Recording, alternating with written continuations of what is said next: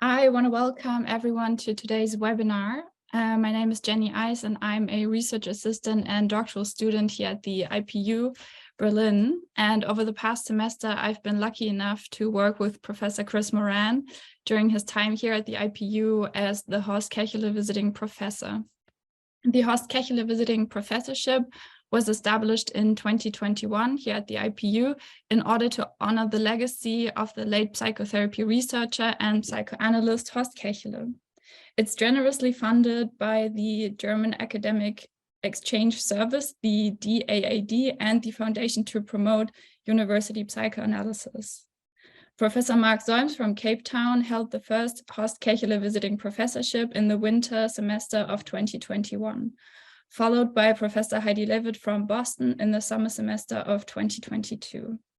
Professor Chris Muran from Adelphi University, New York is our visiting professor during this winter semester, and Professor Mark Solms will return to the IPU in April for the summer semester. Today's webinar is the third installment of the International Horst Kächele Memorial Webinar Series on Contemporary Psychoanalytic Research, which is an integral part of the visiting professorship. Before I introduce our guest for today's webinar, I'd like to highlight the fourth and final webinar in this series, which will take place on June 24th. In this webinar, Professor Solms, Professor Levitt, and Professor Muran will come together to discuss the pluralism of research approaches in psychoanalysis. Now I'd like to introduce our guests for today's webinar, Professor Chris Muran and Professor Louis Castonguay. Christopher Muran is a world-renowned psychotherapy process researcher from Adelphi University in New York and has had postdoctoral training in both cognitive therapy and psychoanalysis. His research focuses on the study of the therapeutic relationship, especially on alliance ruptures and treatment impasses, incorporating research findings on interpersonal and intersubjective phenomena, as well as cognition and emotion. He has developed an internationally recognized research program at Mount Sinai, Beth Israel in New York for this purpose. He has over 175 publications, including 10 books, among which he co-authored Negotiating the Therapeutic Alliance with Jeremy Safran and Therapist Performance Under Pressure with Catherine Eubanks. Louis Castonguay is also a world-renowned psychotherapy researcher and integrationist from Penn State University and Pennsylvania.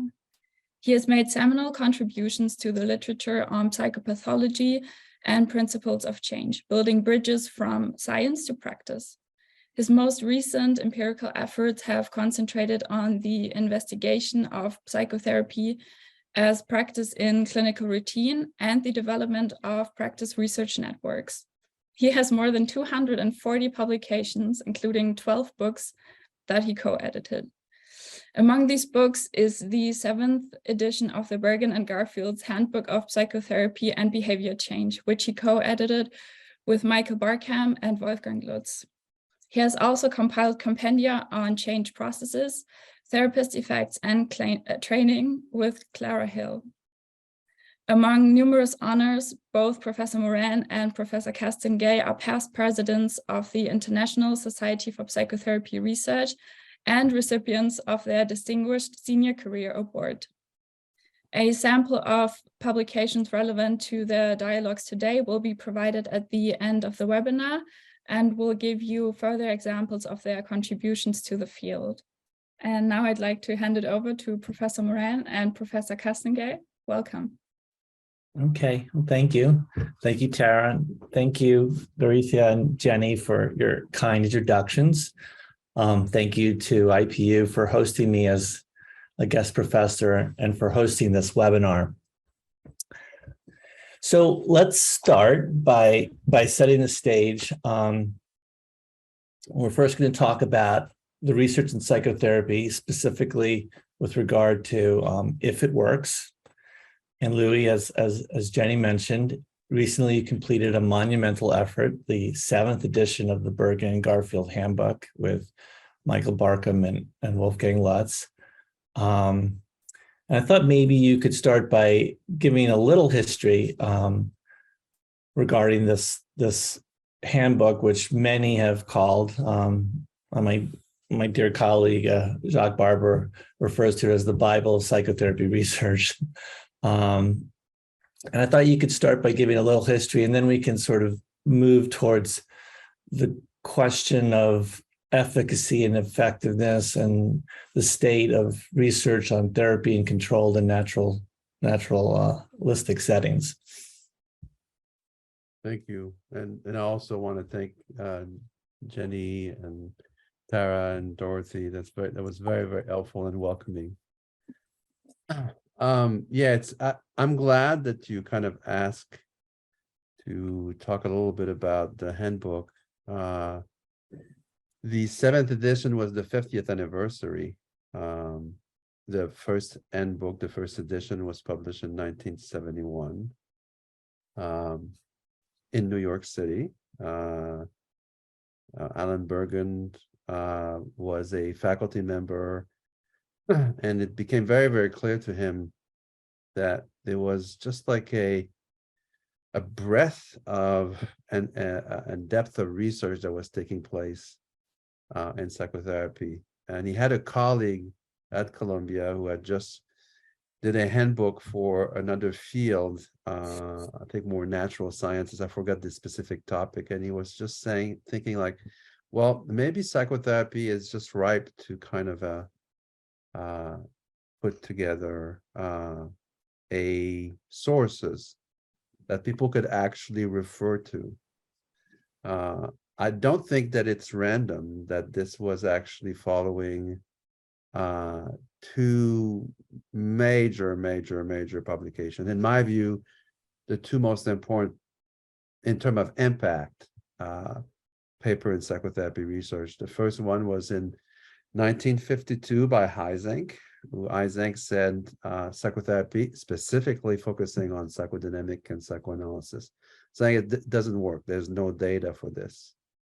And that paper, which was wrong, and Bergen played, as you know, Chris, a major role. Sure. Published a major paper in 1961 to just say, you actually were flawed in what you retain as data, you were myopic.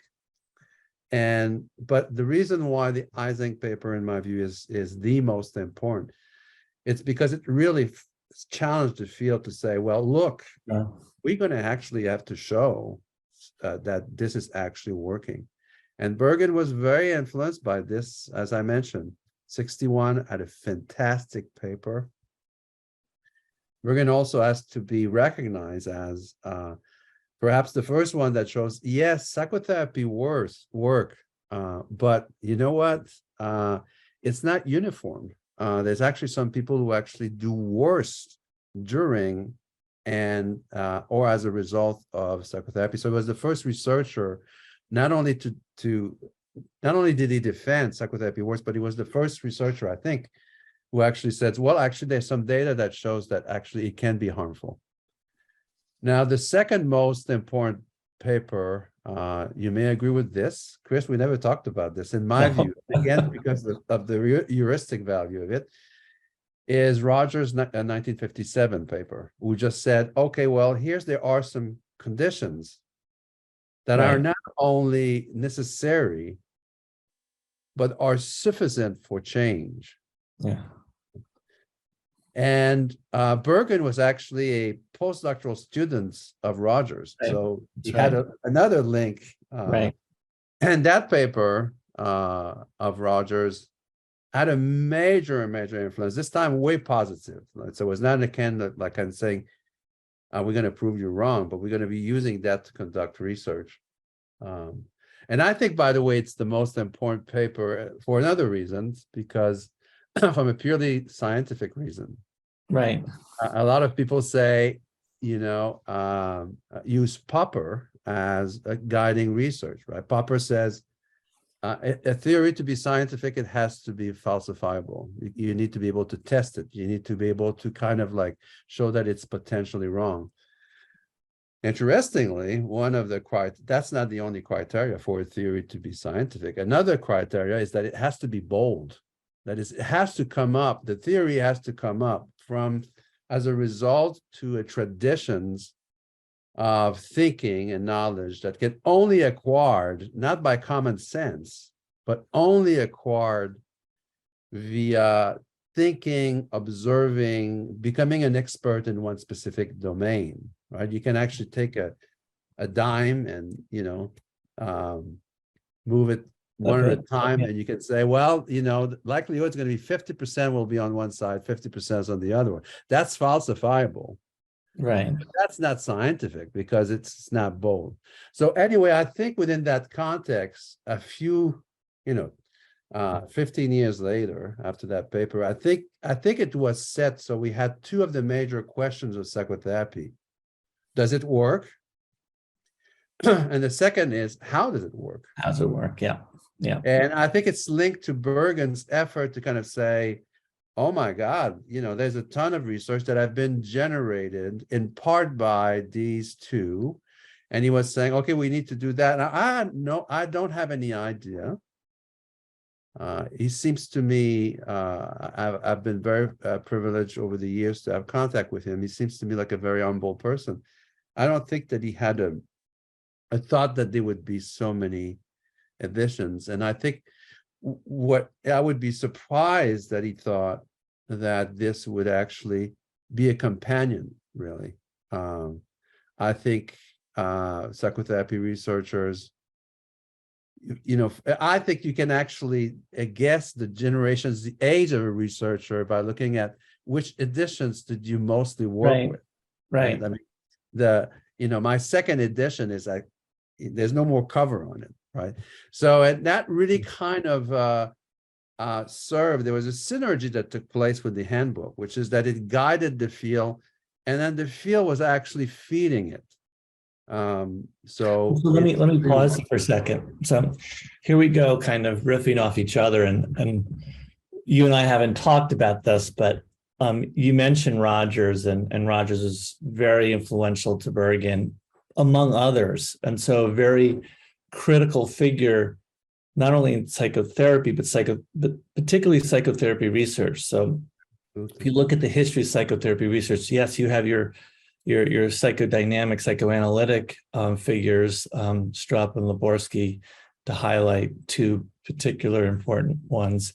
But there was this whole legacy from Rogers too. And so Bergen being a voice for Rogers, but there have been many others, and you can, Laura Rice, Les Greenberg, all could be traced to Rogers. And Rogers, I guess in particular, I mean, I always refer to him as the first psychotherapy researcher. And he also influenced people like Jenlin and Kiesler. But I worry, in the paper you mentioned, I actually assigned for reading in one of the courses at IPU last fall, but I worry about where he is and his recognition. And I wonder what your thoughts of why Rogers is kind of receded to a point of not being recognized so much. Oh, that's a great question. I can only talk from a North American perspective, and influenced by a contrast between U.S. in the academic world of U.S. in clinical psychology, and my experience growing up as a French Canadian, way much more influenced by continental Europe in terms of knowledge. So I think it's influenced. This is influenced by that. These are influencing my thought about it. I think there's several reasons. I mean, first, I think in the U.S., part of the reason why he is ignored is because we pay much less attention to theory. And so the conceptual foundations of our understanding. As an undergraduate in Quebec, I've read Freud, I've read Skinner, I've read Rogers. Now, as a faculty member at Penn State, I have students read Freud, Rogers, and Beck, and this is the first time they read them, right? And when they read Rogers, the first comments that they have is like, wow, he has a very, very complex view of the theory of change. Right. that the individual has a capacity to reorganize their experiences. And people just focus on three things, empathy, positive regard, and genuineness. So I think there is that element of we see it as being kind of in a way very transactional, as very technically oriented, which is very sad, as you know, because Roger really did not believe in techniques. These were the attitude that the therapist had. Is if you have those attitudes, irrespective of how you intervene, change will actually be taking place. So I think there's a lack of knowledge about how complex and therefore how influential his view could be. For example, when we're looking at findings and we're surprised by the finding, we should go back to what Rogers actually said, and we would find some interesting idea. We talk now in psychotherapy research about mechanism of change. Yeah. He's probably the first one who actually says these are the mechanism of change, right? Yeah. Yeah. Interestingly, if you actually watch Gloria, the tape that everybody should be watching, Gloria, his introduction is if I'm fortunate enough to actualize these three major attitudes, then you will see that the person will be closer to her experience. The person will actually experience feelings. These are mechanisms of change that are assumed an insight-oriented form of therapy to be causal for the change of symptoms, right? So I think complexity. The other issue is, in some ways, the two questions when we talked about outcome, does it work, and process, for a very, very long time, has been set apart. It's like you do your study first to see if your therapy works. True. That's true. And then you do your study how it works, right? Yeah. You have outcome researchers and you have process researchers. Right. And what has been dominant for years and years has been the outcome, right? In terms like what's influencing policy guidelines, practice guidelines is, well, what are the empirically supported treatment? You don't have as much, there is one major initiative that you contributed to where you recognize the importance of the process. So part of the other reason is because process has been viewed as that's secondary to the first question. And I think that the third reason is, let's be honest, Rogers created, or really kind of with Allport and Maslow created what we call the third force in psychology. And I should give a shout out to, because Rogers does this as well, that he was very much influenced by Sandor Ferenczi and Otto Rank. Oh, totally. So there is definitely a link to the psychoanalytic tradition. Absolutely. He was very clear about this. That the process of change that he was aiming, he did not invent this. Right. There's a different ways of getting to the process of change that have been emphasized by a luminary in psychoanalysis. But the way to do that, I think, may not be optimal, at least from his perspective. So in that sense, he was not creating a new school. It was just saying, like, I have a new approach to facilitate that, which to me is it's interesting because you're making a really interesting point about the split between outcome, process, in so many respects. But it even gets played out in the fact that a lot of interesting process research emerges as secondary analyses. Oh, it is. OCTs and that I remember primary in terms of the initial. Totally. I remember Martin Gross-Holford, who is a German, now Swiss psychotherapy researcher, was born in Germany. I was in Bern. And I came to Penn State to do a postdoc. We were doing an outcome study for integrative treatment for generalized anxiety disorder, integrating CBT and psychodynamic and humanistic orientations. Really, really influenced by the work of Jeremy Safran. And we were not done with the outcome, but Martin came up with a great idea to measure an aspect of the process of change that was influenced by class-Grauy theory Mhm, about different mhm, coping mechanism. mhm. And clarifications and masteries, two major principles that he had. And he submitted a paper, and the reviewers were saying, no, it's inappropriate. I remember, it's inappropriate to publish a psychotherapy paper before the outcome of the study. You couldn't do that. In other words, this is Interesting. okay. Interesting. For Yeah. those who are kind of like, the wishy-washy, not the people who really believe this is science, right? So, and then there was a third reason, by the way. The third one is, Allport, Maslow, and Rogers created, or a major force on the third movement, which had major impact in the US, created the School of Counseling Psychology in terms of psychotherapy. Which is a good point, because I actually think if Rogers is present and persists, it's very much in the counseling world, and less so. Totally.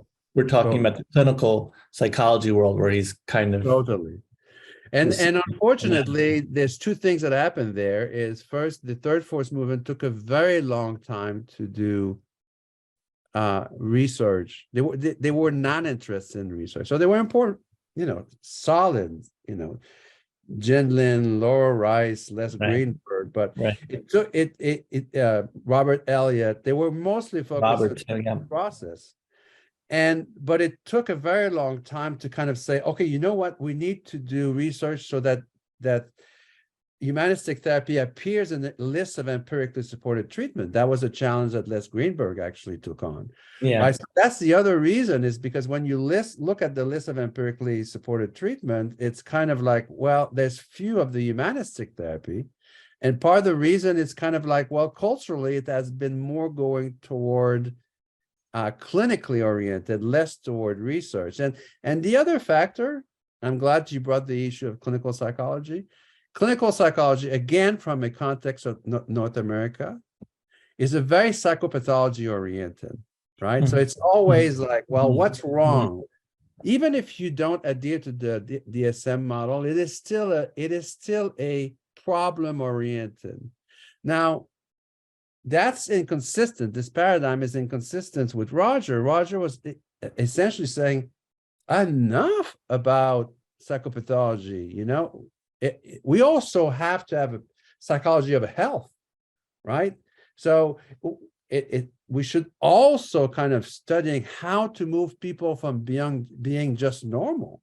So it does not fit, right? All of these.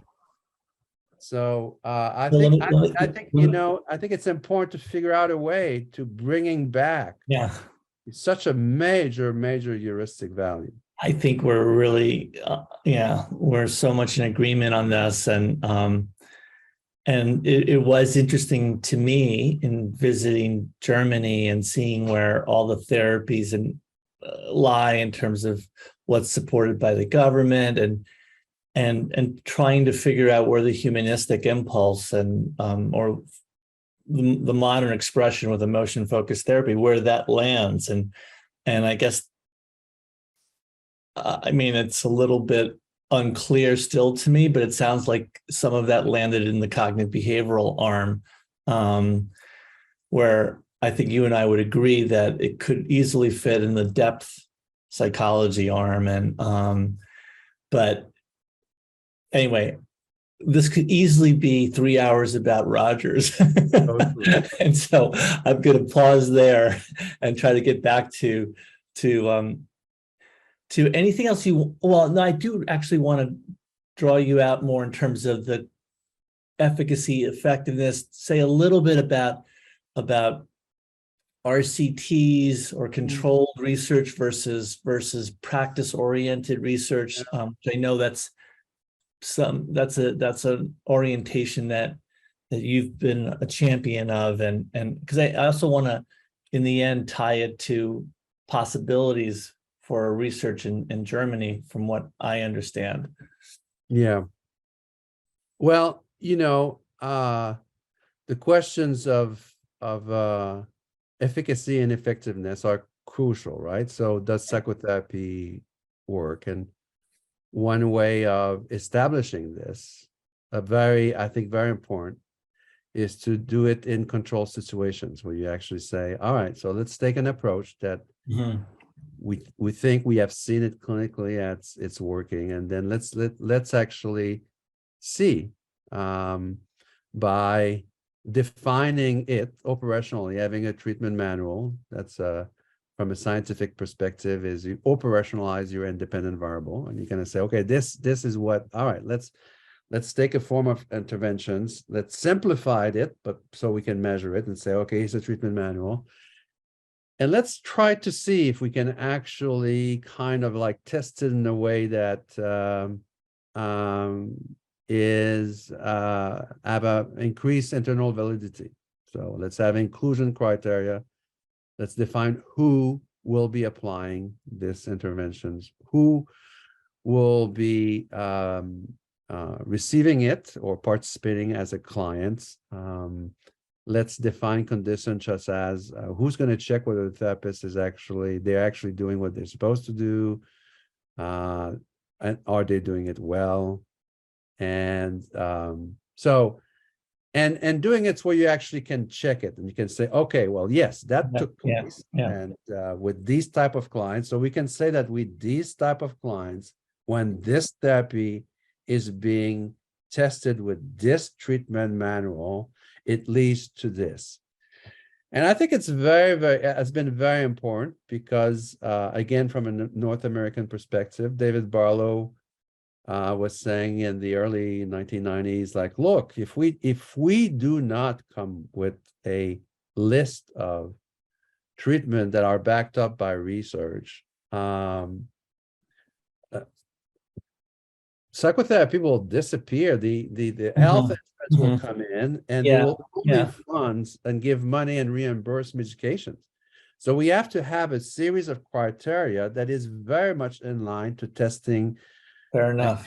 The antidepressant. So, and one of the advantages of this, it's kind of remarkable, is you actually look at the list of empirically supported treatment of change, and you can say, for depression, for example, you can say, well, irrespective of whether you are a psychodynamically oriented therapist, if you are a humanistic therapist or CBT therapist, you have at least one, if not more, form of these approaches that we have said, yep, that is empirically based.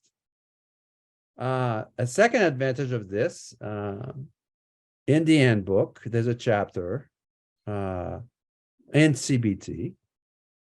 And in that chapter, there's a sections on depression. And what the authors are saying is, with regard to depression, which of course everybody knows is the clinical problems that we most frequently encounter in clinical practice. Right. For depression, there is no significant differences among these orientations. Right. So that's major. And then the third thing, major contribution of Steve Allen, is that, in fact, for depressions, cognitive behavior therapy is as effective as medications. But with regard to relapse, cognitive behavior therapy is better. Yeah. So this is the consequences of, now we have enough evidence to actually say to health insurance company and government, say, look, to treat the most frequent complaint in mental health, the first line of attack actually should not be Prozac or Zoloft.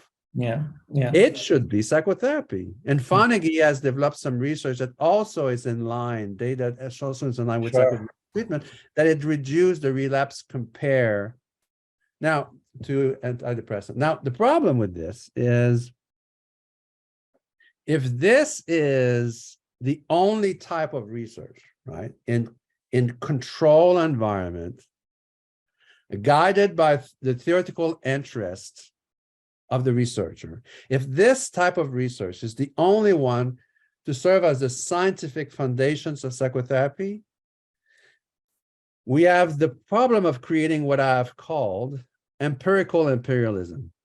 That is, people like me who sees 1 or 2 clients a week in good times has the audacity of saying to clinician, this is what you should be doing. This is what you should be investigating. Right. And it's also not really attending to, well, what's happening out there.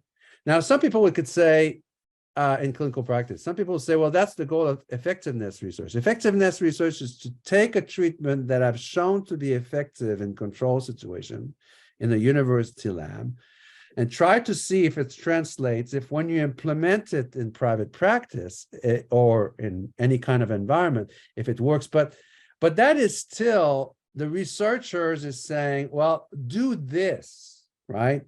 And don't do this. And do so. What we also need to complement this control research is a research that actually is measuring what's being done in clinical routine without any impositions from a researcher. So before you go there, though, let me just underscore something you just said, to complement. Yeah. It's not an either or proposition. There is value in the controlled research, and there is value to trying to bring some order to the field without policing, without creating imperialism, without, there is some value to that. But there are, in the controlled settings, and we're not gonna we laughed about the fact that we how much we were going to be able to talk about all this stuff, and we're really not going to do justice for so many questions here. No, right now we have a major problem. See, the major problem is we should be in Berlin now. We should just be there. It's true. We should open it up. It should be a full weekend, but well, you have power. I don't know. No, Jenny and Tara have the power right now. I think they want to keep us to 3 hours. But I was going to ask questions.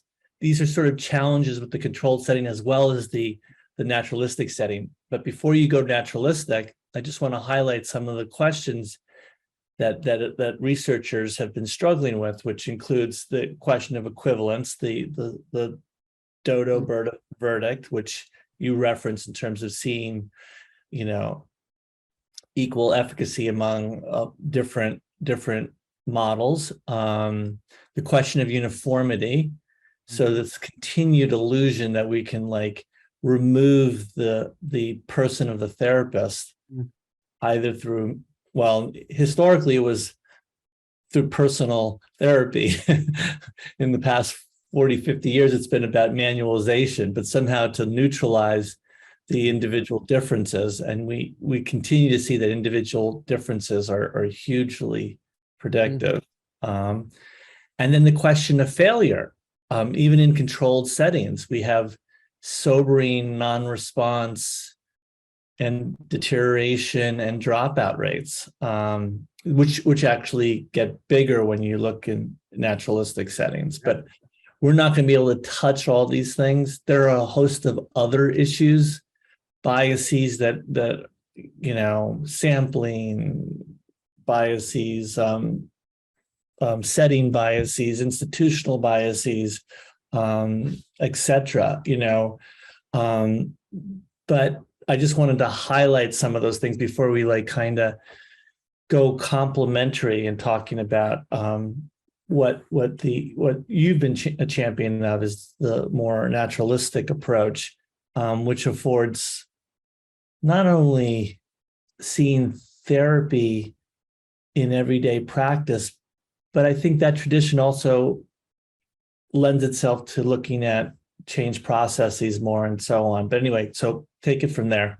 I just wanted to insert that. I think it's very important that you mentioned this, that, because all of those major questions, and I'll tell you why, because in fact, it's not the fact that we have potentially two, the control research and the practice practice evidence research. It's not only important in terms like showing like, all right, so there are different things that you can study and you can study it differently.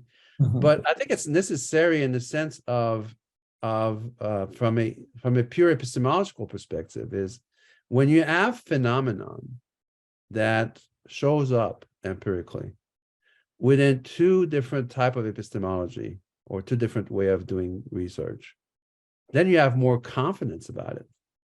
And one of the things that is absolutely remarkable is if you look, for example, a major chapter in the handbook by Michael Barkham and Mike Lamber on the efficacy and effectiveness. And then you look at the chapter that Michael Barkham, Sue Young, Andrew Page, and I wrote on practice-based evidence. You see that there's a lot of convergence. Right, absolutely. For example, in both chapter emphasize like psychotherapy works. And in both chapters say the difference between orientation is not that big. Right. If there is. The third thing that is coming out of that is that in both naturalistic or practice-based oriented research, the therapist effect is there, and it's there in the more randomized clinical trial. There are process finding, like the alliance, in both of these different conditions. There is deterioration, as you mentioned, in both of these. So when you actually have a phenomenon that used in different contexts and different ways of doing research, to me, what that means is like there's noise, right? There's noise, empirical noise in randomized clinical trial. There are things for which you can't control. There's noise, of course, in practice-based orientation. It's different type of noise. Right. And those different type of noise, the effect is still coming out. Then you can say, oh, this is serious. Sure. Really sure. So that's similar a little bit when you have therapists of different orientation who says, you know what? There's some clients who come into therapy to change. They agree with what I propose to them explicitly and implicitly. And then they are unwilling or unable to do what they came to do. Now, you can call that resistance, you can call that defense mechanism, whatever. But the fact that you have that in CBT, in psychodynamic treatment and humanistic treatment, then you can't deny the concept of resistance, right? Because it's emerging. So if you got the same thing, I think, so that's why I think that those two types of research are crucial also from a purely epistemological perspective. We can have more confidence now that yes, there is such a thing as a therapist effect, right? So to refer to your question, yeah, go ahead. Yeah, so I'm going to just say something to Jenny. Jenny, let us keep going, but I think what we'll do, if Louis is amenable to this, we'll begin the second part with the change process, how things work, and then move into alliance from there. So we'll move that piece out of this section, okay? Does that sound good? And then Jenny, that sounds good. I accept the fact that you're good, because I'm accepting the fact that you're controlling, but we should not generalize that to everybody. I'm trying to be like in American. I mean, seriously, you're, of the two of us, you're the most psychodynamically oriented, and I'm the more CBT oriented. You're way more controlling than I am. I'm just saying. I'm doing it in awareness, though, so it's an evolved version of controlling this. Okay, so you're aware of it, but you don't change your behavior. Well, sometimes controlling is really appropriate, just like sometimes avoidance is very appropriate. Didn't I not talk about resistance and defense mechanism just a few minutes ago? No, I want to stay on point here, though. So I do want to draw you out a little bit more on the practice oriented, so make sure our audience quite understands what we're talking about here. And then I want to talk a little bit about what it might mean for psychoanalysis, because I think, psychoanalysis, fitting psychoanalysis into an RCT, or any kind of clinical trial has always been challenging. We have Dorothea Huber among us who has been, really important in trying to champion that. If Jacques is in attendance, Jacques Barber, he's certainly been really important in that regard. There have been other people who've been trying to do clinical trials with psychodynamic, but also, psychoanalysis, which is a different animal.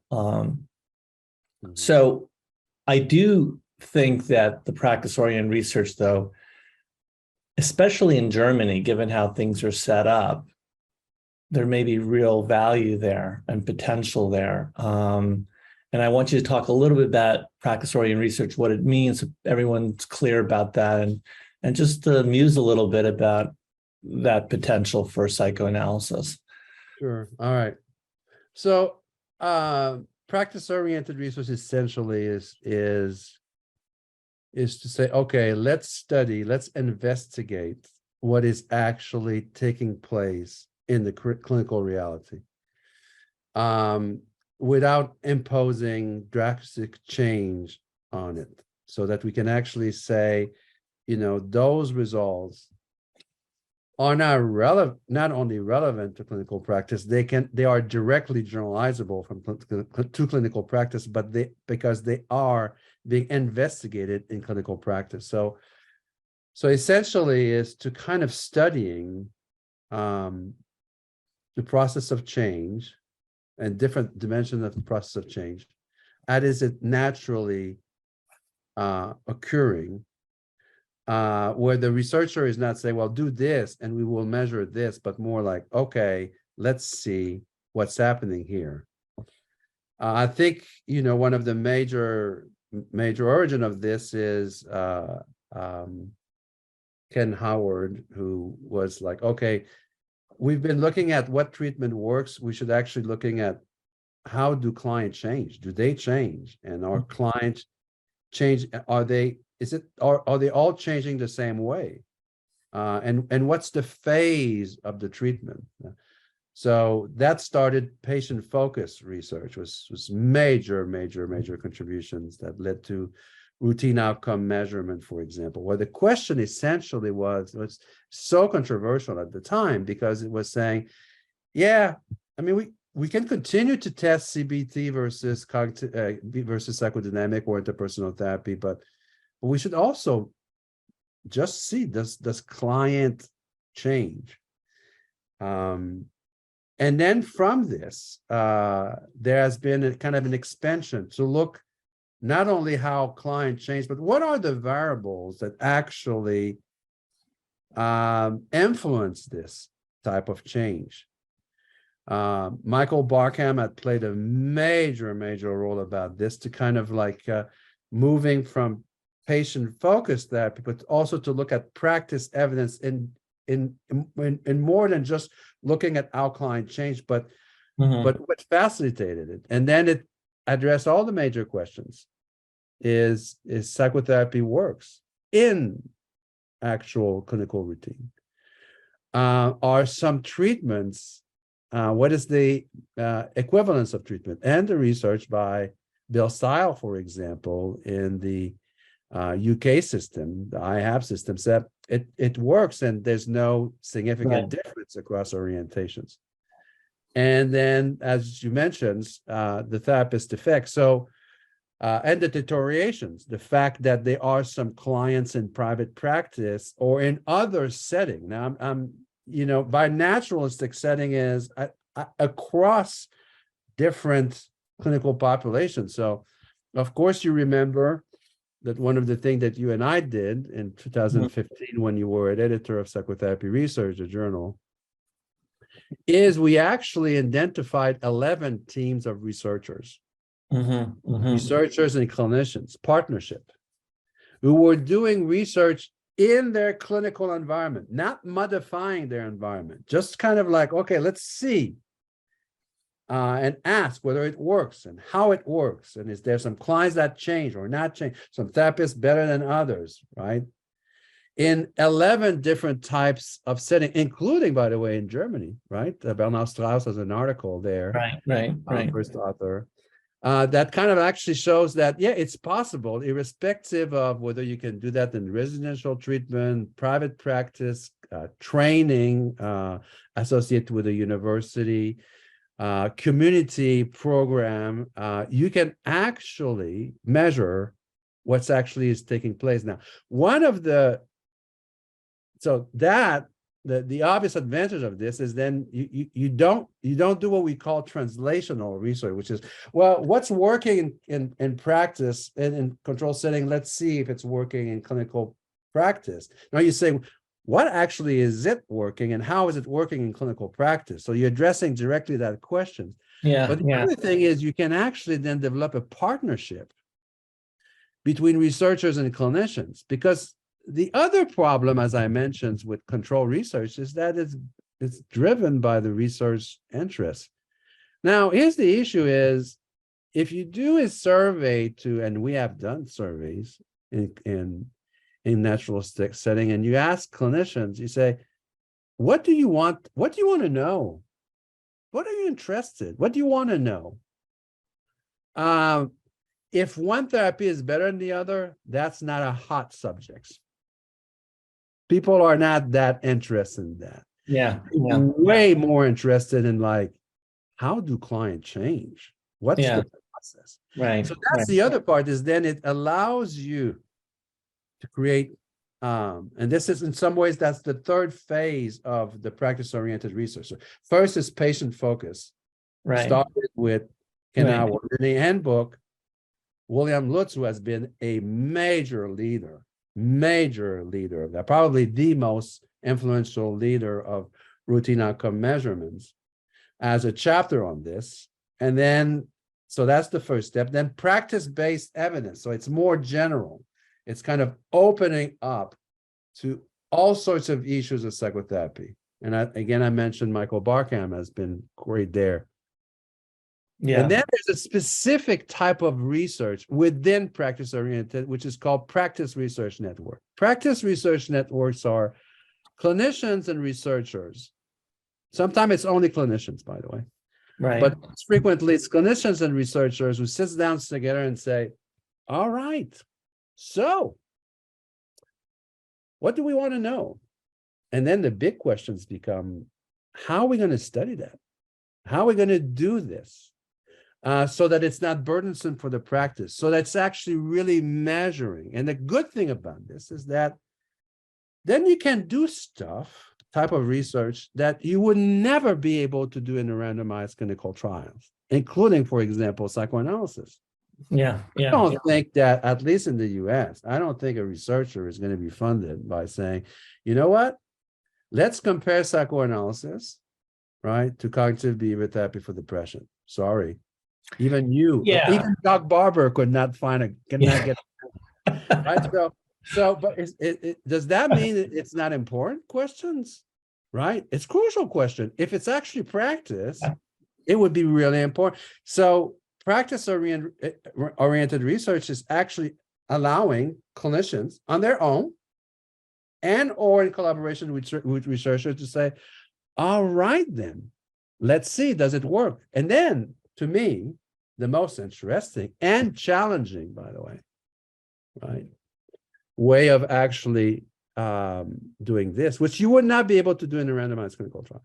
Because in a randomized clinical trial, you'd be forced to select your dependent variable based on all previous randomized clinical trials. So you'd be forced to use measure of symptoms, right? PHQ, BDI, whatever it is. Now,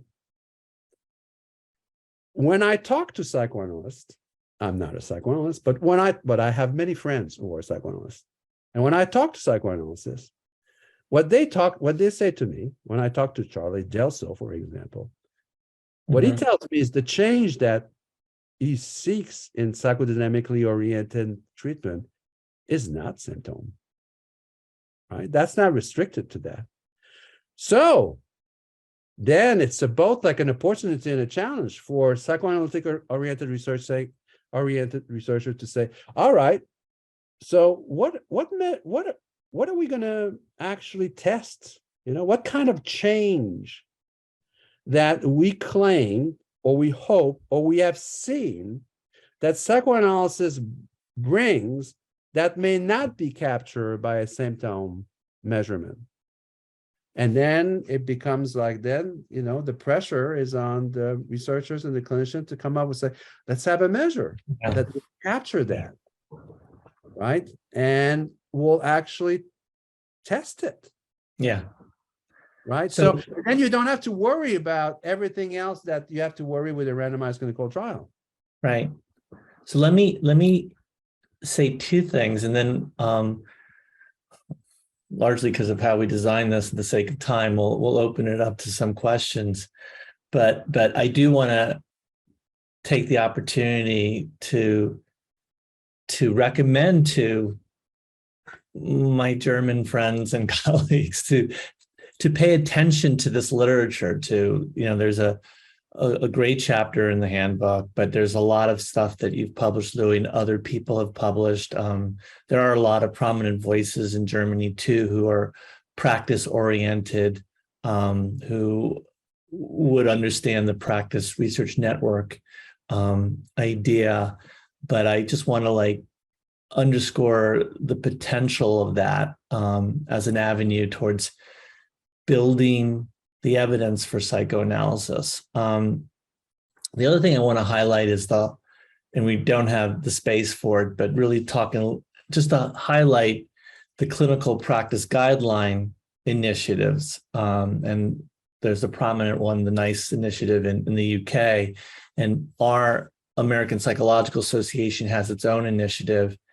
And I just want to say, because I now sit on that panel that oversees all that I've been very impressed with their openness to look at other available evidence. That yes, the RCT, the controlled research is critically important, but now there's this openness that I appreciate to look at the change process research we're going to get to. But also this, I want to have more conversations with them about practice-oriented research and see how that evidence comes into the dialogue and the consideration when it comes to clinical practice guidelines. That's all I really want to say about it. I can't really do it justice, but I do see movement in that regard. I know people can be very reactive about clinical practice guidelines. And I think, again, like you alluded to earlier, we're not thinking either or here. We're thinking in a more complementary both and way in terms of trying to promote psychotherapy. So with that, I know we want to open the questions, but I also Sure. said the other thing is, in addition to be complementary, right, that let's not create a false dichotomy. Yeah. Because there are things that in practice research network, you can actually import. So some of the research that we have done in practice research network, we randomize clients. So it's not like randomization is only limited, but we randomize them in conditions that do not impose restrictions to clinical practice. And we were not able to answer the questions we wanted to ask, but my point here is it's also only some question can be investigated, or only some method can be conducted in one environment and not in the others. That's a false dichotomy. There's a lot of things that you can actually do in practice research and practice-oriented research in general. Yeah. Let's open this up. So Louis, let's start with, as Jenny said, the change process literature, how it works. You recently published the second edition of Principles of Change. You're a busy man. Could you say a little bit about the history of the project and where the second edition landed? And then I know we want to kind of move this along, but I do want to hear your thoughts about how the principles of change literature relates to the common factors literature, the relationship factors literature.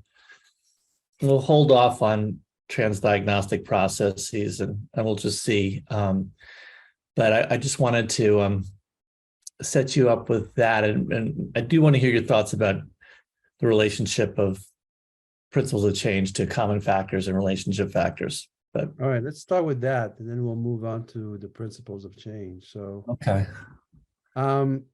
So common factors, essentially what they are, right, is variables that cut across different theoretical orientations, so that are common in different form of therapy. That's not new. French in 1930 brought up the concept of possible common factors between Freud and Pavlov. And then Rosenweg in 1936 had a major article that says, we have different form of therapy, but it seems like the impact of those may actually be created by what they actually have in common as opposed to what's unique. And then a major seminal book was 1961, Jerome Frank, Persuasion and Healing, that actually did a anthropological study, actually look at different psychotherapy, but also different rites, rituals across the or health seeking ritual across the world, and find that there were 4 common factors and 6 common effect of psychotherapy. That was his argument that he actually had. So, and that book had a major influence. The common factors, in some ways, with the exceptions of Frank was doing actually research on expectancies. He was really kind of trying to investigate what's the part of psychotherapy that is due to the placebo effect, kind of like, and essentially was saying like part of the reason why it works is because people come into a sanctioned place, a place that is a setting that is sanctioned by the society that says, all right, this is a place, if you go to Hopkins or if you go to different places, like you actually will be receiving treatment the same way like if you're going to a very well-known specialized cancer center in the world. And then he was also saying, people will establish a good therapeutic relationship with you, and people will actually have an explanations of your problems. The content of the explanations might be different, but they explain why you may be suffering from a panic attack or from obsessive compulsive disorder. And then they will have a series of techniques or rituals that are linked with this outcome, with this theory. Then at that time, at the time of Frank, behavior therapists were doing a lot of research. People like Alan Kasdan, Tom Porkovec, and they said, well, you know what? There are 2 types of variables.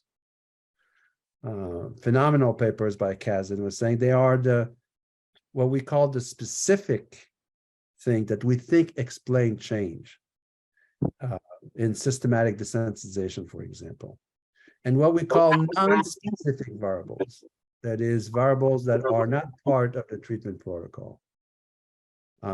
And basically what he was saying is, or what the behavior therapist was saying is, like, you should actually be dividing specific or unique variables and non-specific and common variables. And mostly what they were focusing, when they were focusing on the non-specific variables, they were focusing that are common across different orientation. They were focusing on relationship variables, the therapist being kind and warm. So then you had an associations of common factors are mostly relationship factors. But that's not the case, because there are common factors, of course, that are relationship factors, but there are common factors that are not relationship factors. So one way of looking at this is it's a diagram, right? So can you see this, Chris? The circle? Yeah. Yeah. So these are common factors, right? Right. And in my view, here, these are the second circle within, right, our relationship variable. So there's many relationship variables that are common. So for example, that is being empathic. Right. Right. But right. interestingly is that they are common factors that are not relationship oriented, such as the therapist fostering a corrective experience to the client. That's not relationship.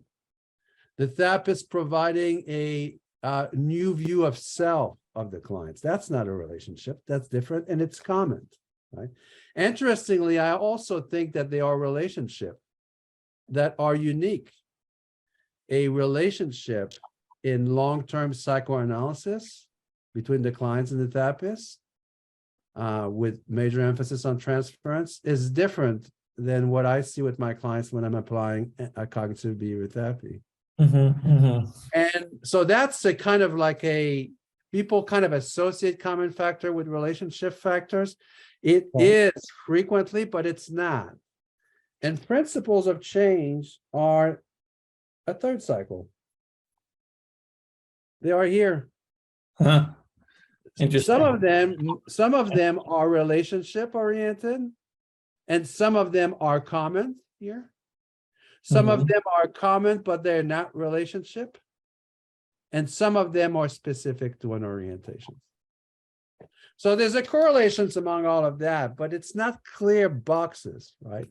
Okay. Now, one of the principle of change, one variable that meet the three characteristic that is right here in that circle is the working alliance. It's the common factors in all form of therapy. You want to establish a respectful relationship based on trust, honesty, and you also want to have some form, explicit or not, agreement on what you're going to do and why you're going to do it. So that's a common factor. It is obviously a relationship variable. It's between a dyadic between the clients and the therapist. And in both, and it's a principle of change. The principles of change are general strategy. So they're not specific technique. They're general strategy that cut across orientations. And there are, in some ways, there are two sources of principles of change. One is those that came up from theory. So the most famous one, the most influential one, but not the only one, is Marv Goldfried. Marv Goldfried, like in 1980, said, all right, I think I want to integrate the literature on common factors, and I'm going to come up with this concept, principles of change. And then these principles of change are general rules or general interventions that can be applied differently, but general rules. And he identified 5 of them. Increase the client's expectations. Develop a therapeutic relationship. Help the clients to increase their awareness, to come to a new perspective of self. Foster a corrective experience. And then what Freud referred to as the working through, kind of like a reality testing of that, right? So these are general strategy. Right. And then there were the more empirical ones that were really influenced by some major scholar, like Larry Brutler, for example, in the 80s would say, okay, that's good to have principles of change conceptually, but let's collect some evidence about this. Another major one, in my view, one of the most important psychotherapy researchers is Klaus Guerri, who basically say, here it is. It's like, he wrote this book, Psychological Theories, in English. It was, of course, written in German, then translated in English, and says, okay, there are principles of change, and we have data for this, right? And so, in some ways, the work that I have done with Larry Butler and now Mike Constantino is within that empirical side. Is kind of like, what are the general strategy of interventions that cut across different orientation and that explains part of how people change. And a seminal one of the most important, is the working alliance. That's explained, as you know, and you'll tell us more about this, approximately 10% the variance, more or less. So why don't I let you then tell us more about this principles of change that is relationally defined and that is common across different orientations. Okay. So for me, I have a complicated relationship to the alliance, and I'll refer to it as alliance because people, there's working alliance, there's helping alliance, there's therapeutic alliance. But I'll try to be clearer about what I mean and how I see it in a very complicated way. But for the audience, and maybe for as many people might know, the alliance construct began as a psychoanalytic construct. It was developed within the ego-psychological tradition to address the real and practical aspects of the therapeutic relationship. People have suggested various interesting reasons for that, but certainly it did juxtapose the ego-psychological tradition from what was happening in the object relational tradition, where everything was being understood as transferential. And so the ego-psychological tradition kind of distinguished themselves with this construct. And it began with some, although Freud never used the term alliance, you see the seeds to the thinking in his writing. Sturba, Zetzel contributed significantly. Probably the most seminal is Ralph Greenson's tripartite model, where he identified working alliance in contrast to the real relationship and the transferential relationship. And Charlie Gelso is a modern proponent of that. Interestingly, Greenson thought that these distinctions were conceptually significant, but practically indistinguishable. So he was very clear about their interdependence and the complexity of the relationship of thinking of the relationship in those three ways. Then came Borden. So Ed Borden in the 70s, who was president of SPR, proposed a trans-theoretical reformulation where he emphasized, purposeful collaboration, agreement on, tasks and goals, how patient therapists will work together and to what end. And as you highlighted, the bond too, which is the extent to which there's mutual respect and trust. His formulation not only was important in that it was trans-theoretical, so opened the door for other traditions to embrace the alliance construct, but he also kind of shifted the conceptualization towards mutuality. First, I'll highlight that. So the idea that there's more balance in the establishment of agreement on how people are going to work and where they're going to work towards. The original analytic notion was skewed a little bit more to what extent that the patient comply, in a sense, with the therapist or the analyst's agenda. So there was this kind of movement towards mutuality, and that was in the intellectual milieu of the 70s and the 80s and so on. And we could, in another talk, we could talk about why that might have been in the intellectual milieu, but it certainly was there. And so he turned it towards being more mutual in our understanding.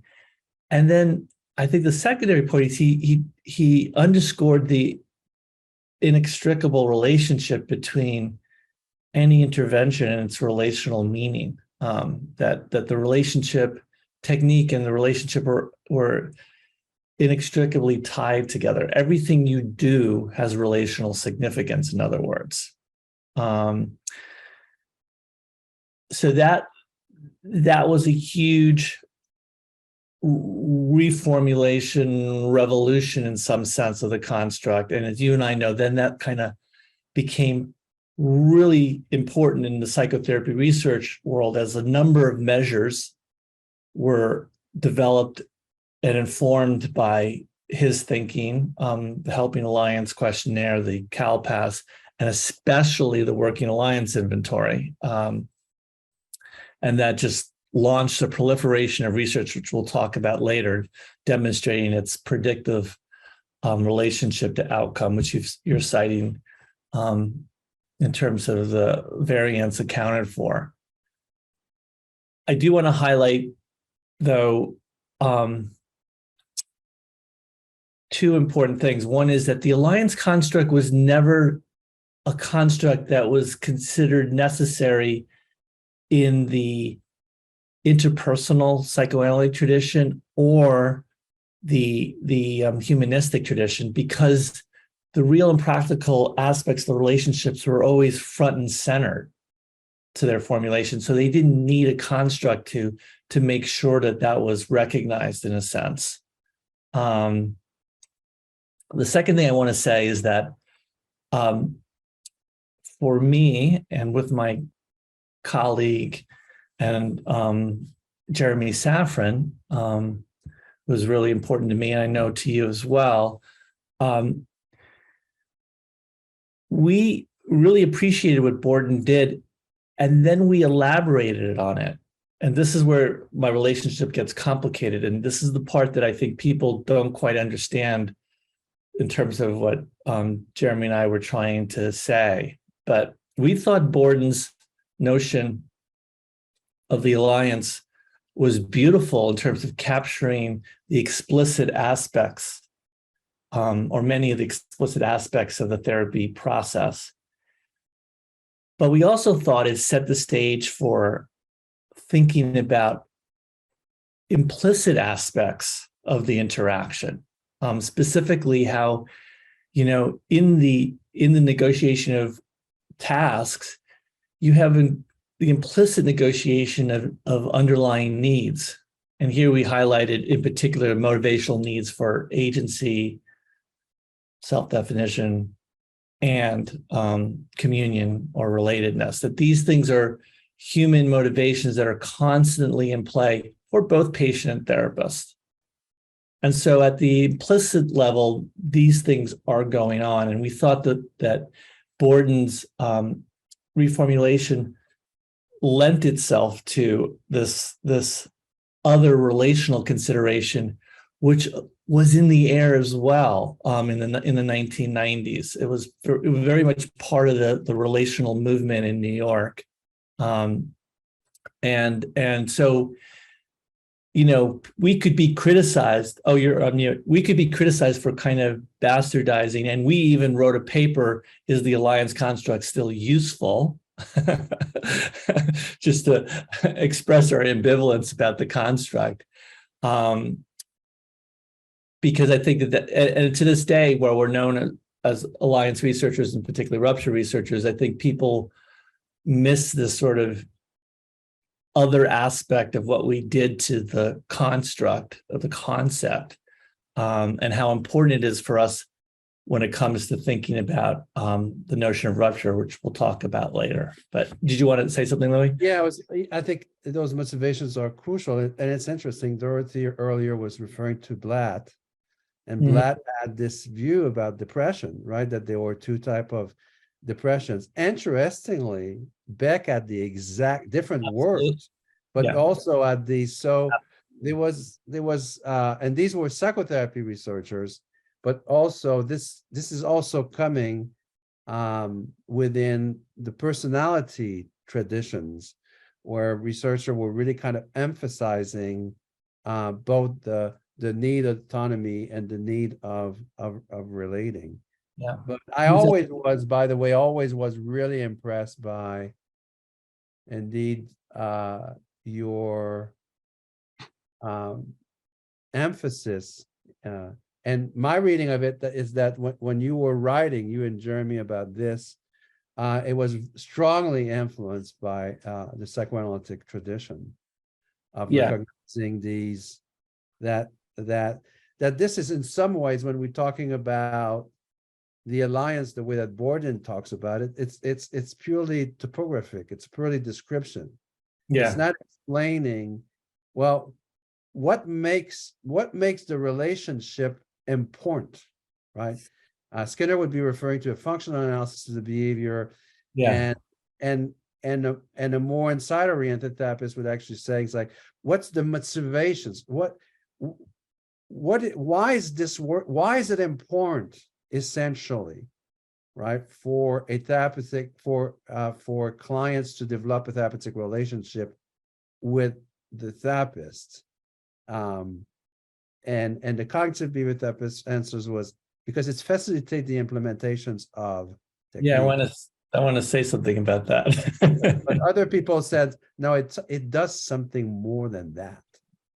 Yeah. So I want to say, well, let me also add that this idea of dual motivation was also presented by a philosophical psychologist named David Bacon back in the 60s. I mean, you can probably trace the origins of that thinking going way back, but yes, Sid was devoted a career to it. Tim Beck did acknowledge it in a few papers, so it is interesting to see how it has sort of trans-theoretical appeal. But let me address the question of like this idea, because this has been an ongoing question of like, is the alliance a precondition for change or platform for change versus a change process in and of itself? And I have trouble with that. Someone could argue, well, in some cases it's platform, in some cases it's process, but I have trouble with that distinction, because I think that given how Borden described it, given how also like Hans Strupp wrote about this a long time ago, the alliance is inherently integrated in all change processes, so to try to tease it out and to say someone like this has to come first before this, I think I don't understand that enterprise. I'm not sure that's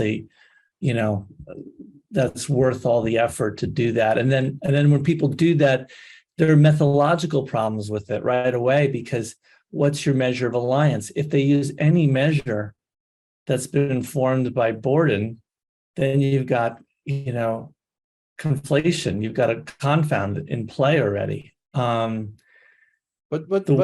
I understand that, Chris, but don't you think sometimes you work with a client and you realize that for some client, it's really particularly important, at least in different form of the treatment, is the relationship that they have with you, that safety, that surprise, that they can actually disclose stuff and you're not going to run away or freak out. Well, and that's particularly important for some individual, whereas for others, it's it feels good, feels safe, I trust you, but they really benefit from the treatment, from the interventions that you provide them. So for example, and of course it is linked to what you just said, the measure was the working alliance, but Mike Constantino, James Boswell, Alice Coyne, myself, at just a paper in psychotherapy research that shows that the alliance was linked with outcome within clients. So it was like Yeah. Here's the alliance on session X. Here's the outcome on the next one, and vice versa. And we were able to show, yep, like other people have been able to show, all right, it's like they have a reciprocal relationship. But what the paper is also showing is that this relationship was only true from one type of client, which were the submissive type of clients in cognitive behavioral therapy. And our interpretation is, when a submissive client comes in cognitive therapy that is by essence one of collaborative empirism, right? It's a collaborative one. Yeah. And yeah. that it's for them to work as a more or less close, kind of contributor, and for a person to try to get that person's to contribute and be assertive, that this bond is particularly helpful for them. Whereas for the non-submissive, the link between alliance and outcome was not significant. It was like, and there was no difference in terms of outcome between submissive and non-submissive. The argument that we're making is that for some clients, it's not the alliance that is really primarily, mostly contributing for outcome. For others, it plays a little bit more role. But I agree with you, though. Yeah. So no, I agree. This is a good discussion too. Yeah, I do think in the end there are methodological issues. So, for example, there's also research that we did, but I know other people have replicated, where you find friendly submissive being highly correlated with early good alliance. So it does raise the question: what are you really rating there? Are you rating just a compliant patient? Is that really alliance? Are we rating actually compliance? So there are a lot of methodological issues. But the one thing I would say that, and I don't think you disagree with this, but I think you have to think of change as involving multiple channels, and some channels are with a given patient, with a given problem, it may be less salient, but it's always relevant. It's always relevant. So when the alliance is in play, you also have to understand that the alliance, what we're talking about, is this potential for negotiating one needs with another. That's a skill actually that a person develops. They may need to develop other skills depending on what their condition or challenge is, but that is one skill that they will develop in the therapeutic relationship. The other is how to be intimate with another, how to be expressive, how to be understood. So there are skills that actually you can translate the alliance into skill development, in addition to this idea of a new relational, or to echo Franz Alexander, who was in Berlin a long time ago before he came to the US, this idea of corrective emotional experience. So there's so much about the alliance that suggests change, whether it's skill development or a new relational experience, but it's always in play. It's always in play. I mean, I'm glad that you referred to Strupp. Strupp was so important. He wrote this beautiful paper in 1986 for psychotherapy that says, look, everything that you do in psychotherapy is taking place within a relationship. Right. Right. And every aspect of the relationship in psychotherapy is or should be about providing change. So that's why there are things that I said to a friend that I would never say to a client. Right. Right. Because I was not wanting them to change. Like my relationship, I said horrible things to friends in order to get them do something that they were not that they refused to do, because I was not concerned about, like, I have a responsibility of making them change. In therapy, every intervention is in the context of the relationship, and vice versa. all the relationship should be about one thing, is to facilitate change. Right. And you're right in terms like it is intrinsic. We wrote a paper in this book by Oria and Adas, Oria Tishbis and Adas Eisman, about the therapeutic relationship. And I know you wrote a paper on that, a chapter on that. But we took up the challenge of how can we explain that the alliance is positively linked in cognitive behavior therapy when the alliance is not the focus of the intervention, when there is no alliance rupture, no alliance repair, and it still is positively linked with outcome. And we come to what you're saying. It's because it's addressing some needs. Yeah. It's addressing the needs of against loneliness, right? Well, the research is telling us that the worst thing you can do to a human being, the worst, is loneliness. That's we are not wired for this. Right? Yeah. So it's fundamentally a personal relational idea, and invokes this need for communion, connection, how important it is in that regard. And there's a lot, this predates psychotherapy. There's a lot of literature, it goes back centuries, about the importance of, in the experience of pain, how you, in being with another, it is transformative. So I have trouble with that distinction. I don't, I think it's there's always this like channel of change that the alliance construct address, or at least bear in mind how Jeremy and I defined it, and how, in my work with Catherine Eubanks today, we continue to sort of think about it that way.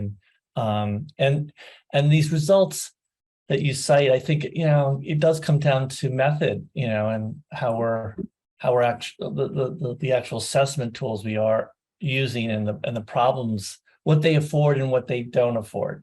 Certainly I've benefited from these measures. My career has benefited from these measures. I think these, people have used these measures, these post-session measurements of alliance, to demonstrate rupture repair in terms of sudden drops and sudden gains, and these V episodes and so on. So I'm not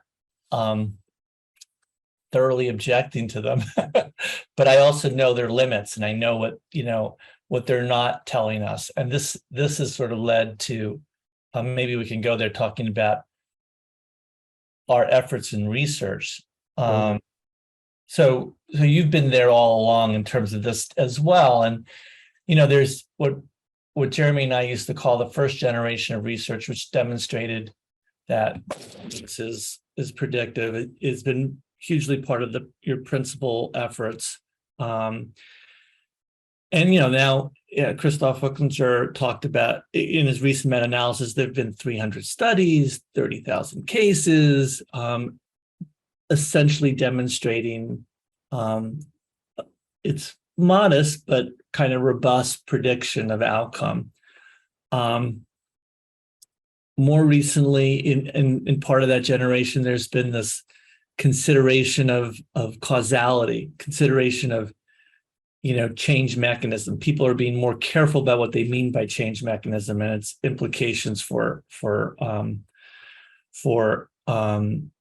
understanding these alliance ratings actually demonstrating causality. There have been a lot of statistical efforts in that respect. If Jacques Barber's still here, he was very important in terms of looking at temporal, precedence between predictor and product, controlling for early gains, and demonstrating that the alliance still is predictive if you control for early gains, to try to control for the alliance just being an early measure of outcome.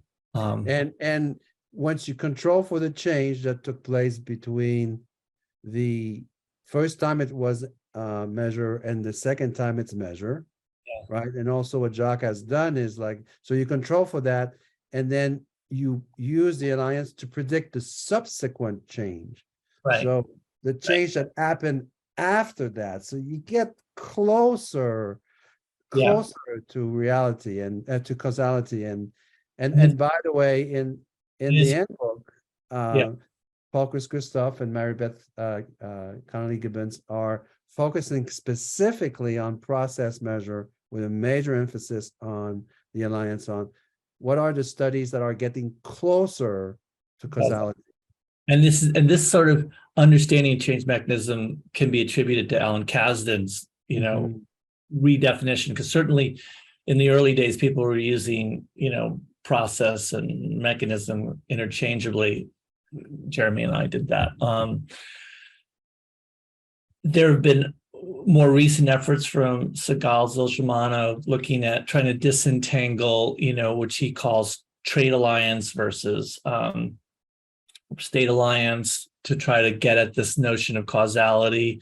Our own work, in a sense, tries to address it in our pursuit of task analyses. And we've had this sort of layered analytic approach where we measured ultimate outcome, treatment level outcome, intermediate outcome, which is session level outcome, session level alliance would fit in that. And then our efforts to get at what the in-session process. So we did a lot of work trying to validate measures from the session level to the treatment level to help us identify sessions to go further and actually. Let me be controlling here. Would you mind actually tell us about some of these paper, the task analyses paper? There's a wonderful 196 GCCP. I think people are not aware of that concept of task analysis, which actually would be fantastic for practice-oriented research, and are not aware of some of the work that you have done using this methodology. So if you could tell us a little bit some of those task analysis that you've done that led to wonderful paper.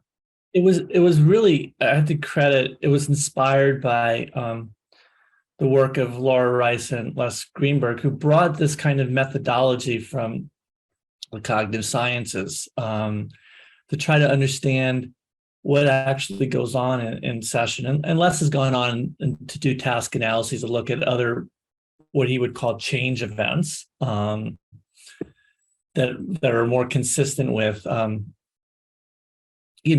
the motion-focused conceptualization of process. Jeremy, who was a mentee of Les and a collaborator with him, brought the task analytic method to apply it to this notion of rupture. And I'll talk a little bit about rupture, but the idea behind the whole task analytic method is to try to produce when-then data. So it gets at this issue of specificity that we alluded to in this early dialogue, that when this happens, then this can happen, or this could happen. You're very careful not to be prescriptive, because we don't want to, because prescription can do violence. But really, this idea of trying to sensitize clinicians to how things can work and what may be and this is an echo of your work, Louis, and Marv's work, and Catherine was a student of Marv's as well, of principles, what are critical principles that therapists should engage in when faced with a rupture. So in the task analytic method, though, you have to identify these sessions, and you have to identify sessions that are relevant for overall change. So I've always had a bias against qualitative work that isn't linked in some way to overall change. They may end up describing really interesting process, but at the end of the day, we don't know what's its relevance. So that's why in our research program, we've always had, and continue to this day, have this layer of assessment where we're measuring change at the ultimate outcome level, which is traditional intake, sometimes mid-phase, termination, follow-up, intermediate after every session. So at every session, we have measures of session impact, but also of the quality and nature of the alliance. And so there's a lot of validation work that goes there. So we've done a lot of papers, aggregate kind of papers, to demonstrate that intermediate outcome, session level outcome level. We actually have valid measures. The ultimate purpose of that is to identify critical sessions with rupture and repair events, and then to dive deep and to try like what's actually going on here.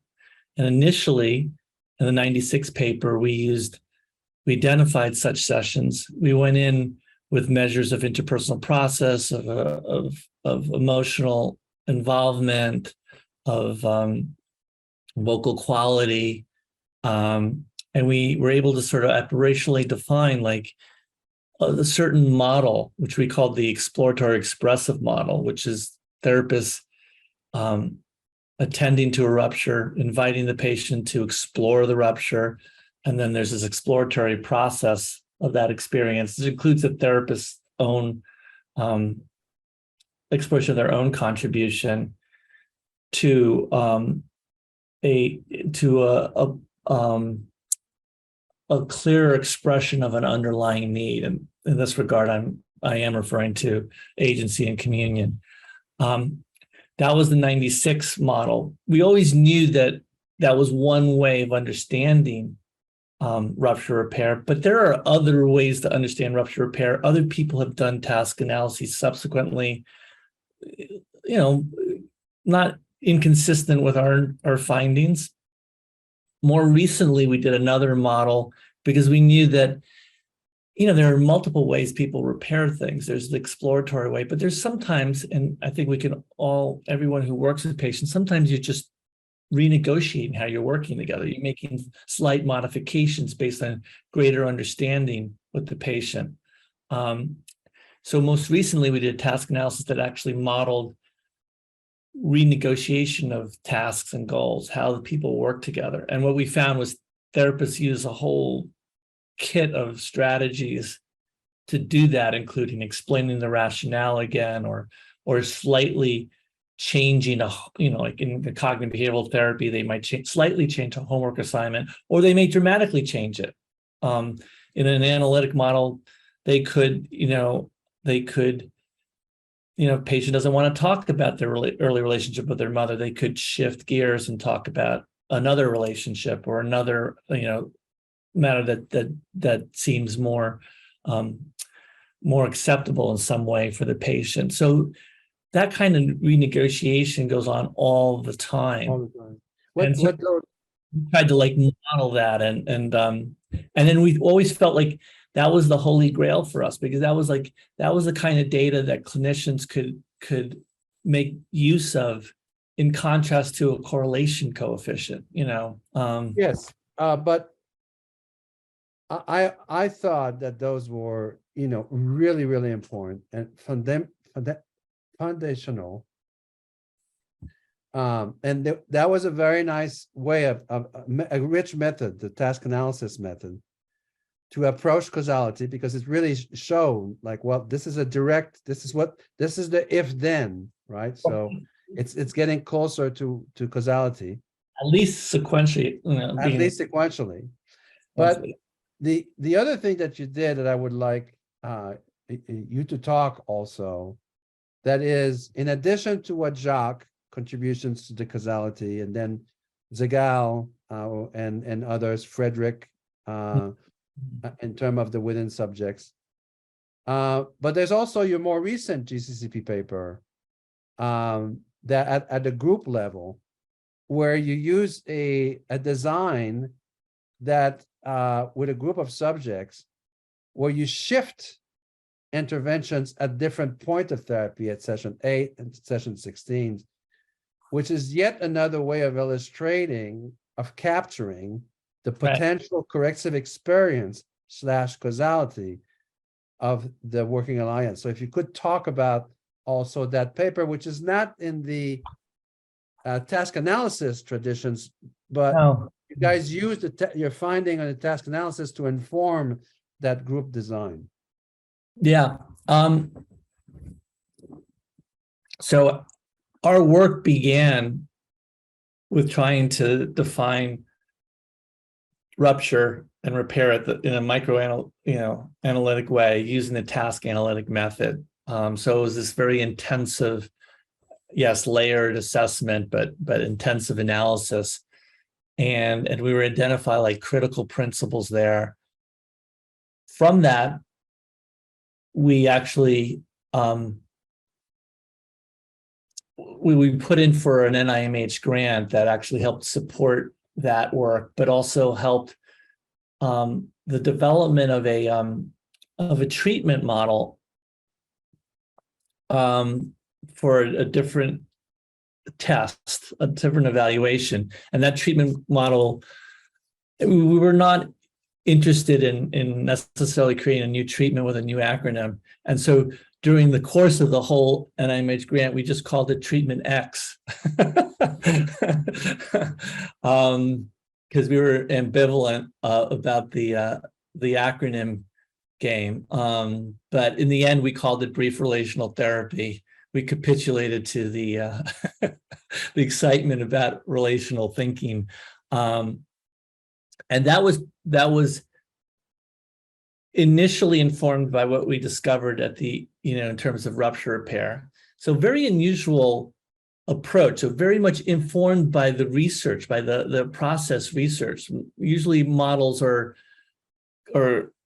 compiled and then tested for process, but we actually went in a different way. It was certainly informed by also research, based on interpersonal, intersubjective principles, and then the sciences, the contemporary sciences on cognition and emotion. So it was very empirically informed.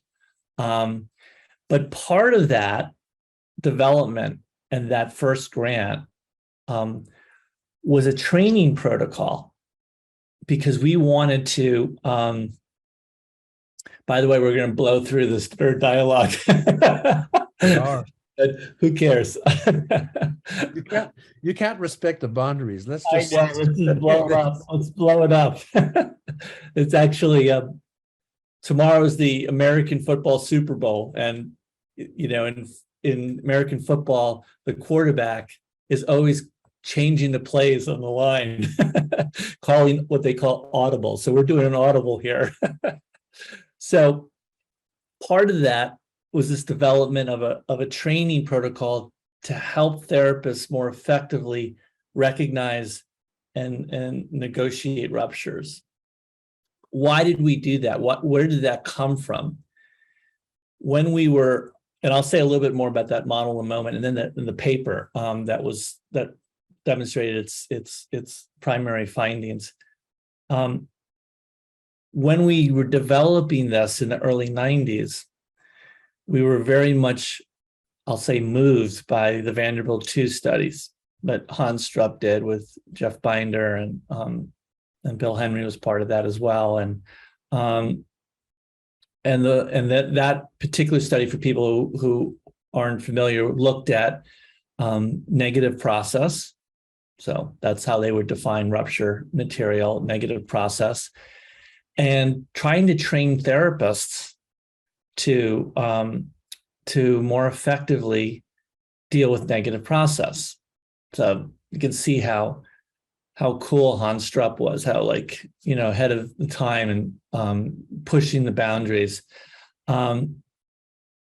Their findings were not so impressive compared to their aim. And if anything, what they found was, they could train therapists to be more adherent to their model, but in doing so, they also engaged in more complicated interactions, not necessarily good process. And in reflection, particularly Jeff, I think, thought that their approach to supervision was the problem. Mm.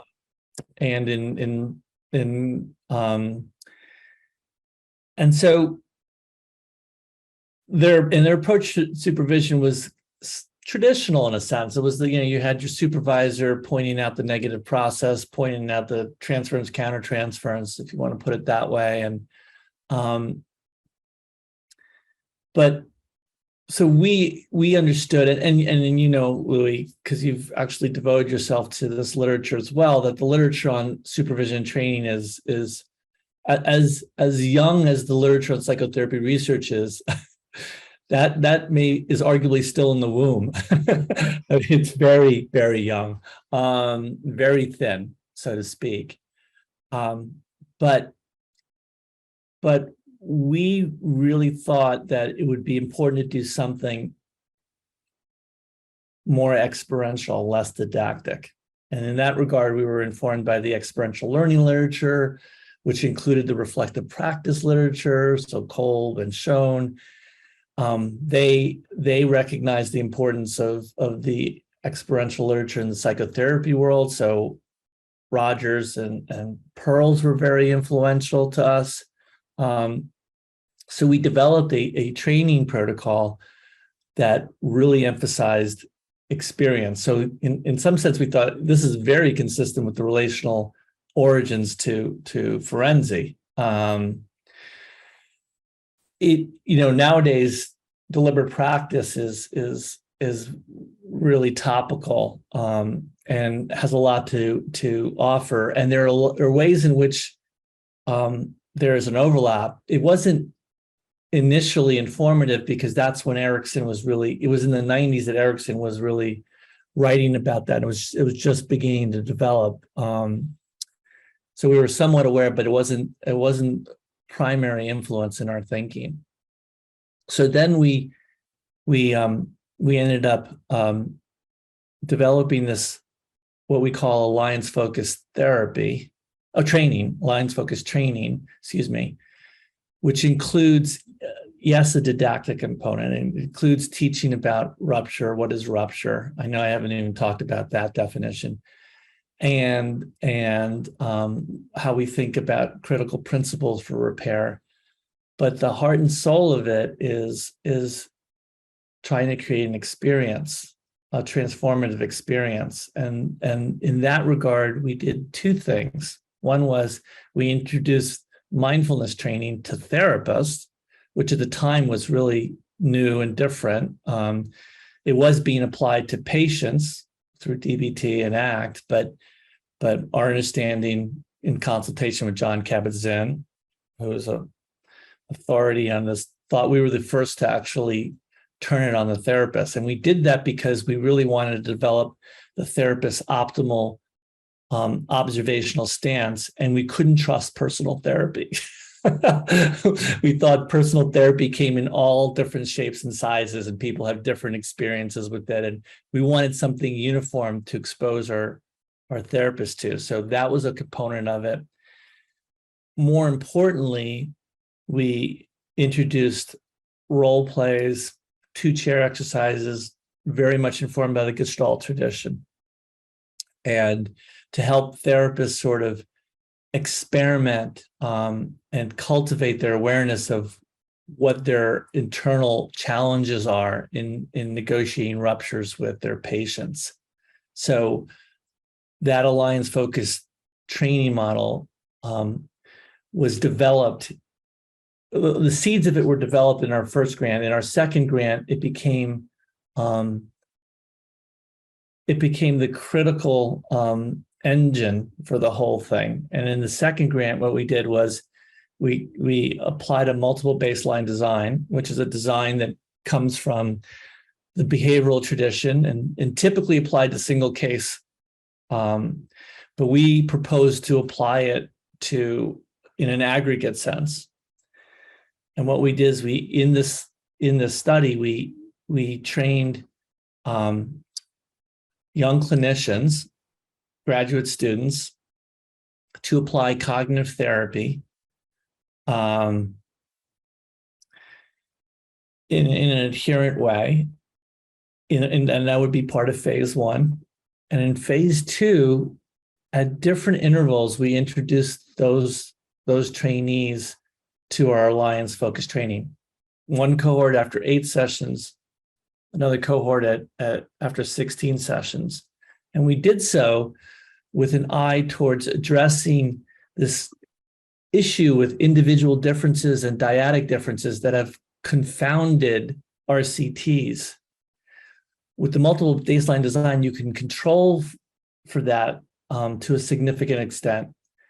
And then our dependent variable was not outcome per se, but to look at their interactions, the process, and to see to what extent there were changes in the way therapists interacted with their patients that could be attributed to the AFT.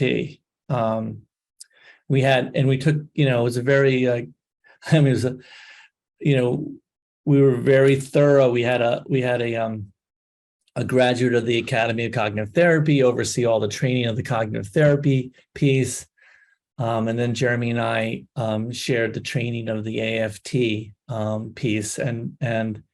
And we were able to demonstrate that AFT resulted in a decrease in negative process, controlling and critical behavior on the part of the therapist, and an increase in positive process, more affirmative and even more expressiveness on the part of the therapist.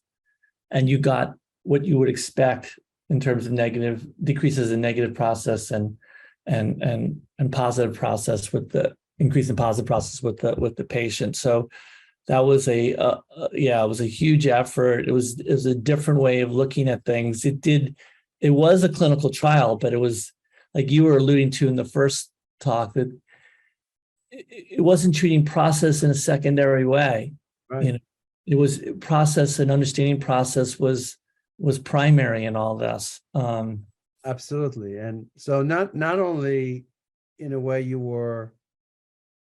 you avoided what actually happened with Strupp, because as you were saying, Strupp, the Vanderbilt 2 study was to kind of like training people to deal with negative processes.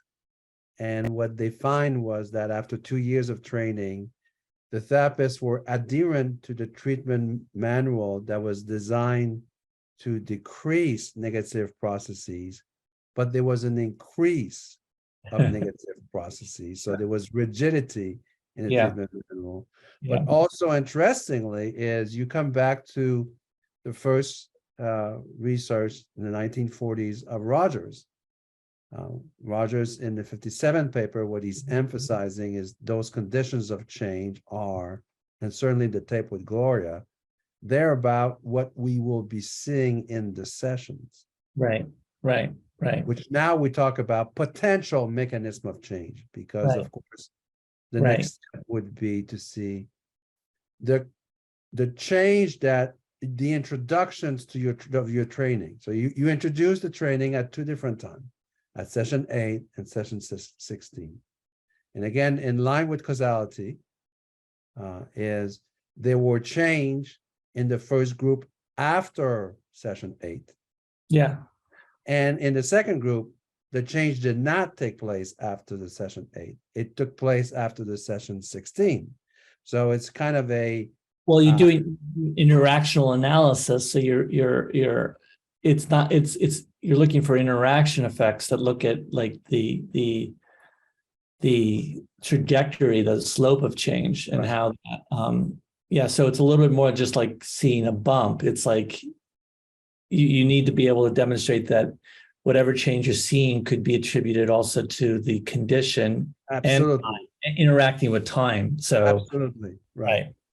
So it's get closer to, but the dependent variable was change in the process, and then the next grant should be, are these change in the process mediating the change of outcome? Yeah, I mean, I think what we did in this study, it was funny. I mean, a little aside on the politics of and you know this, and of working with NIMH, and I mean, it was quite amazing in the first place that they accepted this grant. But I will say, we were very strategic. All along we were thinking, we had this idea that there are analytic principles here, but our panel that was going to review us were going to be cognitive behaviorists. And so if you ever read I think I might have sent it to you, Louis, but our grant protocol never used analytic language. Maybe there was a reference in the back with the word or with relational, but it was all written in very behavioral terms. And so, yeah, you can think about how we talk about rupture in very behavioral terms, but it does lend itself to a particular type of intersubjective analytic lens. And so, yeah, that was part of the politics of it. The other part of the politics of it is that this has to do with when we wanted to get it published in Journal of Consulting and Clinical. NIMH was perfectly happy with us to look at process as our dependent variable. Journal of Consulting and Clinical wanted more, even though the variables we were looking at had been demonstrated to be related to outcome in other studies, and even in our task analyses, but in other people's studies. They challenged us to actually show how those variables related to outcome in our particular study. And we had some ability to demonstrate that, looking at slopes again.